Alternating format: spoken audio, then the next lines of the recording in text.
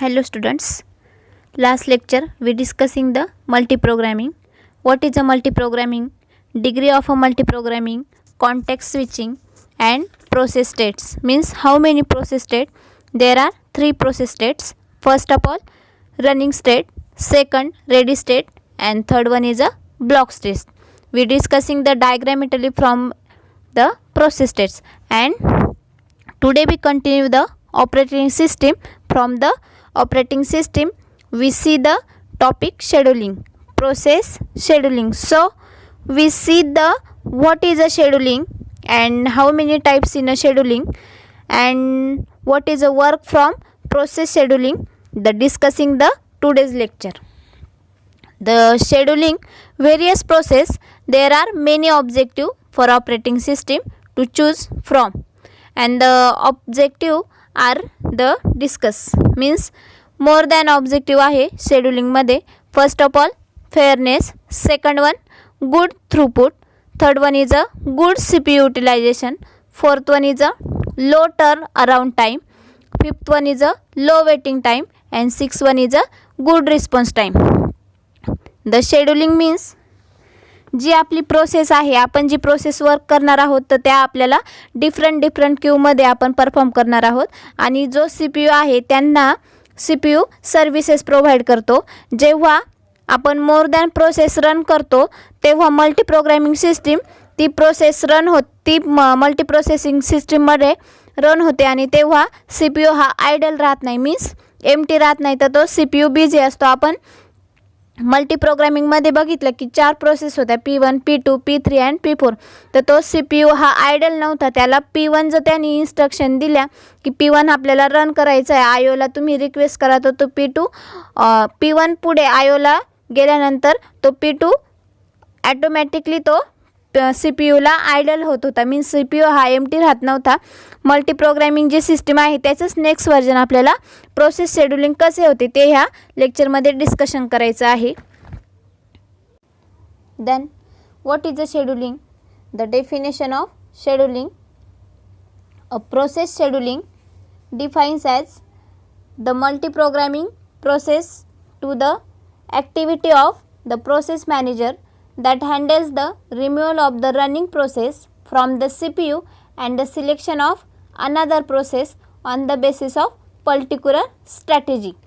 Process scheduling is an essential part of a multi-programming operating system. Such a operating system allow more than one process to be loaded into an executable memory at a time, and the loaded process shares the CPU using time multiplexing. Means मी आधीच तुम्हाला सांगितलं की एक process झाल्यानंतर तो दुसरी execute करणार आहे, तर CPU इज नॉट एम्प्टी राहणार आहे, तो आयडल नसणार आहे. त्या प्रोसेसला आपल्याला शेड्यूलिंग म्हणायचं आहे. मीन्स 4 प्रोसेस आहे, for example P1, P2, P3, P4.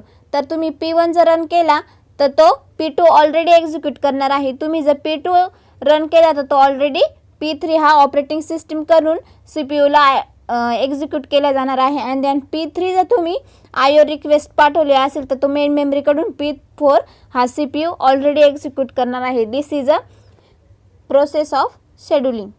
And next आपण डायग्राम बघूया.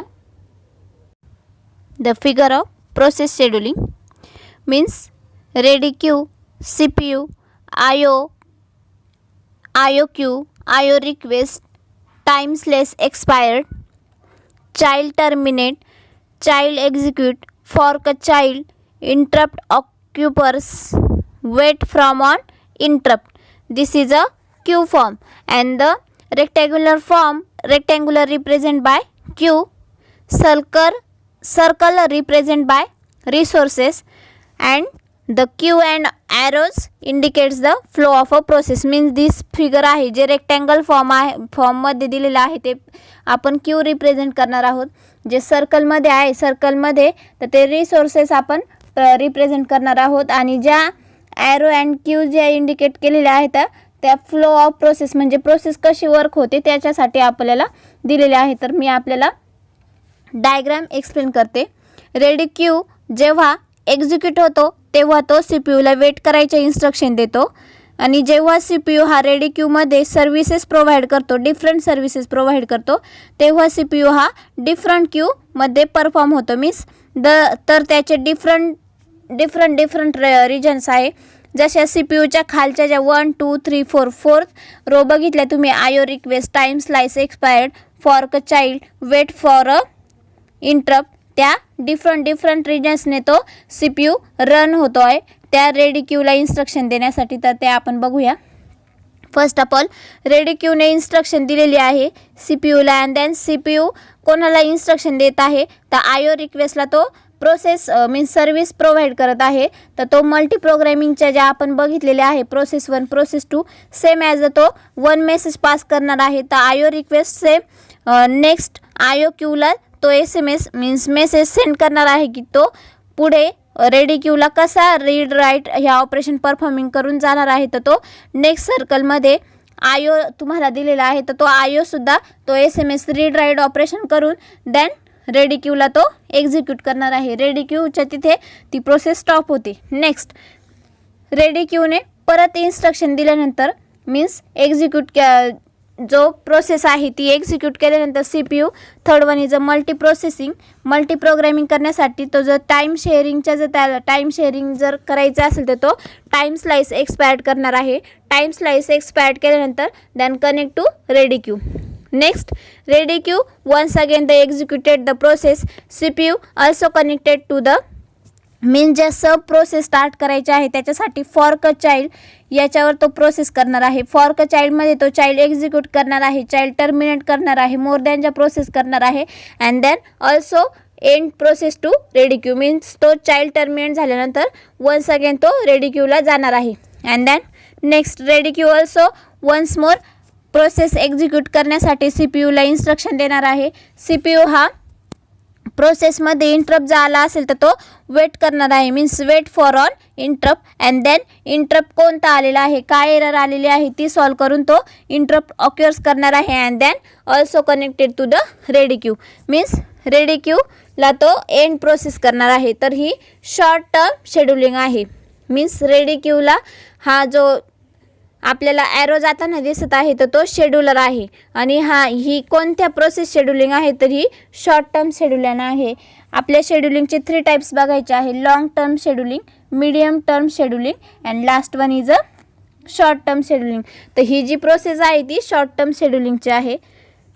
तर आता आपण नोट्स फॉर्ममध्ये बघूया.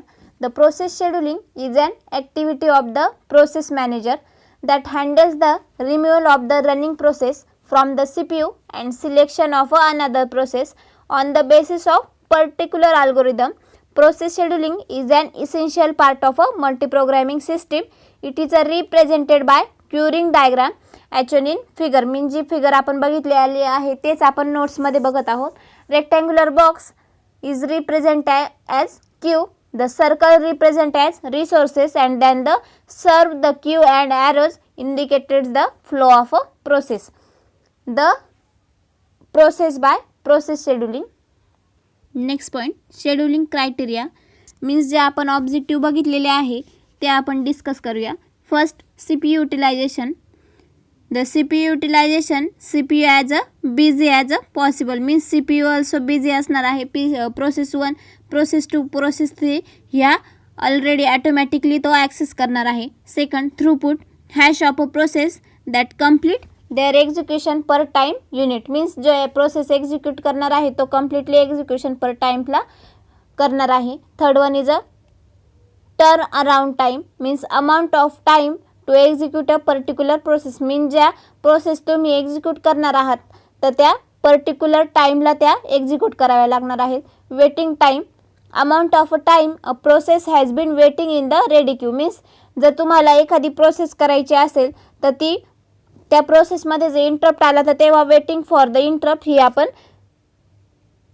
क्यू बघितलेलीच आहे डायग्राममध्ये. And last one is a response time. Means जर तुम्ही एखादी प्रोसेस एक्झिक्यूट केलेली आहे तर तुम्हाला काय रिस्पॉन्स भेटलेला आहे त्याच्यासाठी आपण हा क्रायटेरिया बघूया. Amount of a time it takes from a when a request was a submitted until the first response is a proceed. Means तुम्ही जर फर्स्ट रिस्पॉन्स दिलेला आहे तर तो सेकंड रिस्पॉन्स एक्झिक्यूट करण्यासाठी आपल्याला रिस्पॉन्सचा वेट करावा लागणार आहे की काय आपल्याला प्रोसेस आपण जी रन केलेली आहे त्याच्यात एरर आलेला आहे की नाही तर तो आपल्याला सांगणार आहे. Next, types of a scheduler. The types of a scheduler, there are 3 types. Long term scheduler, second one is a medium term scheduler, and third one is a short term scheduler.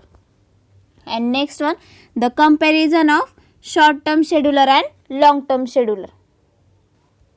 First point, it is a job scheduler, and the short term is it is a CPU scheduler. Second point, speed is a lesser than the short term scheduler, and speed is a fastest among at other two scheduler. Means third point, it controls the degree of a multi-programming, and short-term scheduler, it provides lesser control over degree of a multi-programming. Fourth one is it is almost absent or minimal in a time sharing system, and short-term scheduler, it is also minimal in a time sharing system. And fifth one is it is a selects process from pool and loads them into memory for execution. And short term scheduler, it selects those process which are ready to execute. Means long term scheduler मध्ये job हा schedule करणार आहे तो speed lesser आहे त्याचा, and then controls the degree of तो multi programming execute करण्यासाठी आपण लॉंग टर्मचा यूज करणार आहोत. Almost absent means long term हा ऑलमोस्ट ॲब्सेंट असणार आहे किंवा मिनिमल त्याची टाईम शेअरिंग सिस्टीम आपण यूज करणार आहोत. And select the process means ज्या तुम्ही प्रोसेस सिलेक्ट करणार करणार आहे तर त्या पूल अँड लोड्स तो मेमरीमध्ये एक्झिक्युशन करणार आहे. अँड देन शॉर्ट टर्ममध्ये CPU हा शेड्यूलर करणार आहे. अँड स्पीड इज फास्टर, तर त्याची स्पीड हा फास्ट असणार आहे. तो laser provide two degree multi programming त्याच्यामध्ये तो वर्क करणार आहे. अँड तो टाईम शेअरिंग सिस्टीम प्रोव्हाइड करणार आहे. अँड शॉर्ट टर्म शेड्यूलर हा सिलेक्ट टू द प्रोसेस ज्या तुम्ही सिलेक्ट केलेल्या आहे त्या रेडी टू क्यूमध्ये एक्झिक्यूट करणार आहे. Thank you students.